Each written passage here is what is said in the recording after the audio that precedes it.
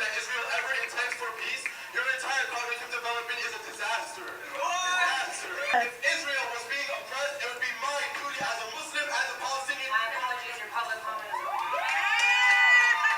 In order for our student body to help foster peace and coexistence, we should be getting involved in other ways focused on bringing people together.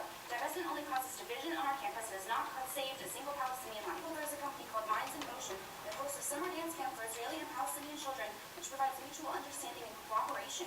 There are many other programs like this one. Division and divestment does not help. Dancing together does not end the occupation. There was even professors there too, like just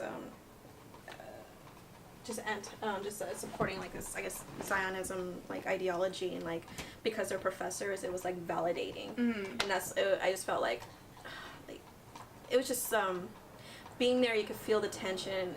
You mentioned that it's not that complicated, but on campus we see like you know, there is activism for when it comes to like fighting for equity for Black and brown, you know, communities, and but I hit you up one day saying like, you know, I feel like we actually don't really talk about what's happening within the Palestinian movement, at least on college campuses, to the degree that we do for like again for Black and brown communities, or even queer and trans communities.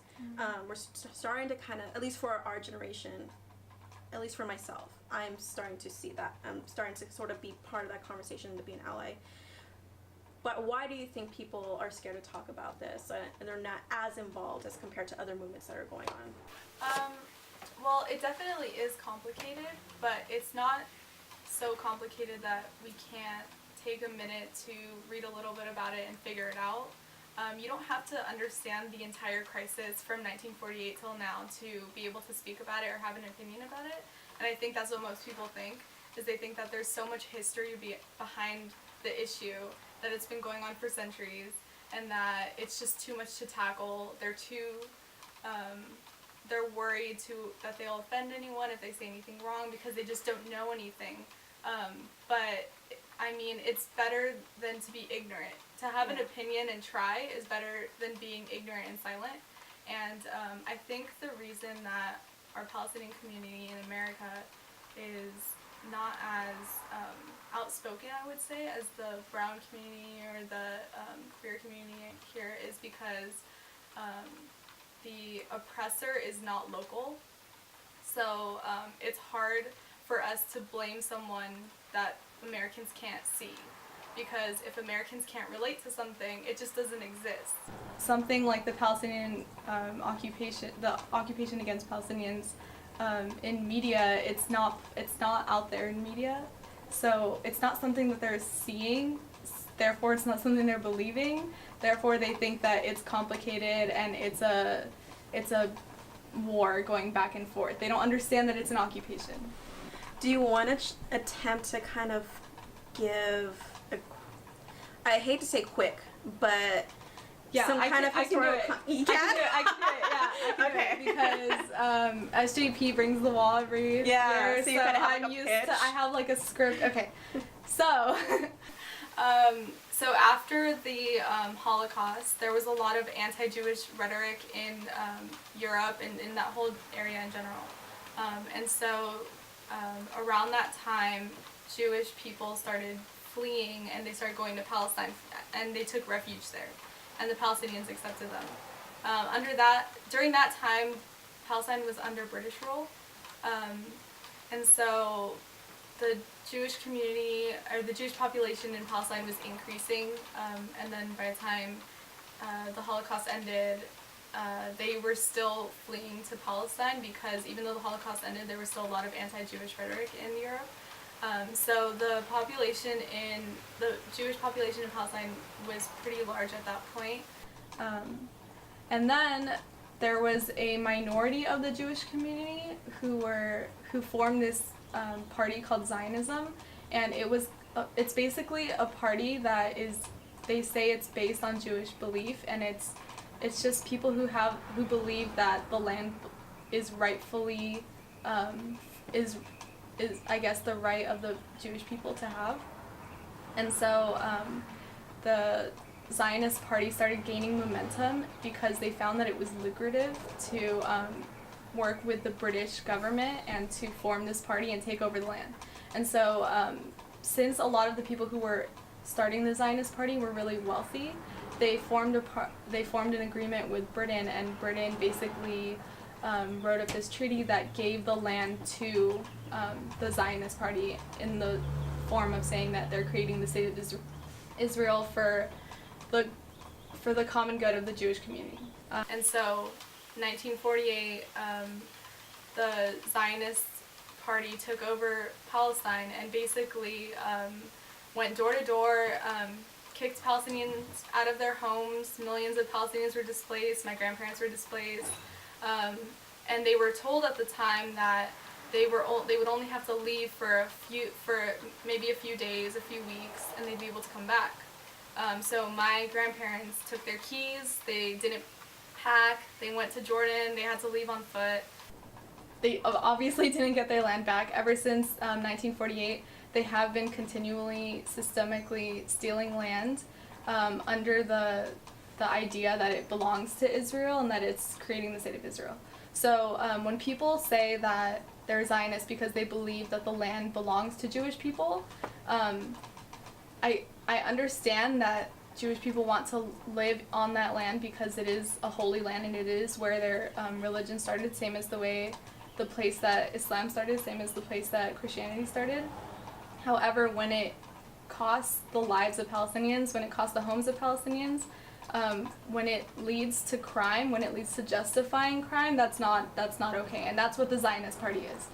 Land is continually being stolen every day. Homes are being demolished, and so right now what the state is there's the state of Israel, I guess, which would be like the east side of Palestine, and then the west side, which is called the West Bank, has different zones where there's still Israeli control, but at different levels. So it's like it's leveled A, B, and C, and this is written on the checkpoint. Like there's a big sign when you go there to go between, like when you cross the wall. So the first zone is just the police force is Israeli, but it's not really, like, the laws aren't really enforced. The second one is the Israeli soldiers enforce everything. Everything is controlled by them, curfews, everything like that. And then the third one is when they begin settling. So when they begin stealing land, imprisoning Palestinians, and they, of course, are also making rounds every night, just complete Israeli control. And even though there's a Palestinian government, they don't enforce anything. There's no, like, police force or military, so it's not a war. It's not like Palestinian army versus Israeli army. It's when the Israeli army, the IDF, attack, they are attacking civilians because Palestine does not have an army. They do not have military bases. So any attack is on children, moms, dads, just normal people. The conditions they're living under right now are deemed inhumane by the UN. How has American government complicated? Oh, jeez. Yeah. I've been doing, I've been doing my homework because I want to be a good ally and be part of this movement and help out in any way, and it's like realizing shit, I already anti-American government as it is, but it's just, they're not helping the situation at all. Oh, no.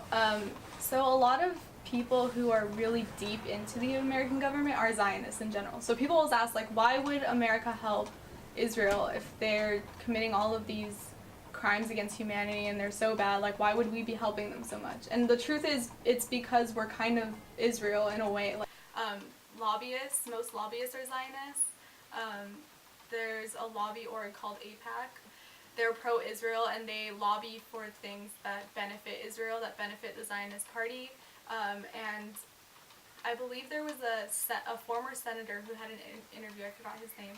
He had an interview and he said that in the House, whenever someone would come up and lobby or ask for money for some kind of cause, they'd always pester them, why do you need it, what are you going to do with it, how much do you need, we're going to give you less.